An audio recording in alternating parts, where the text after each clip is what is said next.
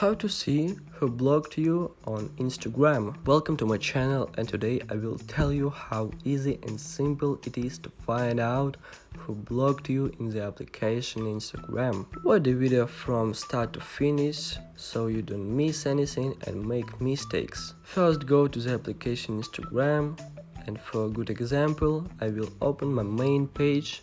I will block my 2 accounts.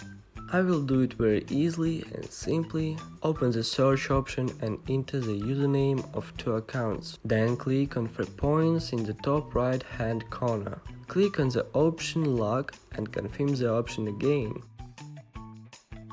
Then I switch to the profile that is blocked from a main account, and now you can watch how to understand that the person blocked you in the application Instagram. Open the search option at the bottom of your screen and enter the username of the person you are interested in. Then click search and you can watch that account will not be found. This is what says the user blocked you. Also, you can see the comments, publication and marks in the stories of this person. That's it. Thank you for watching.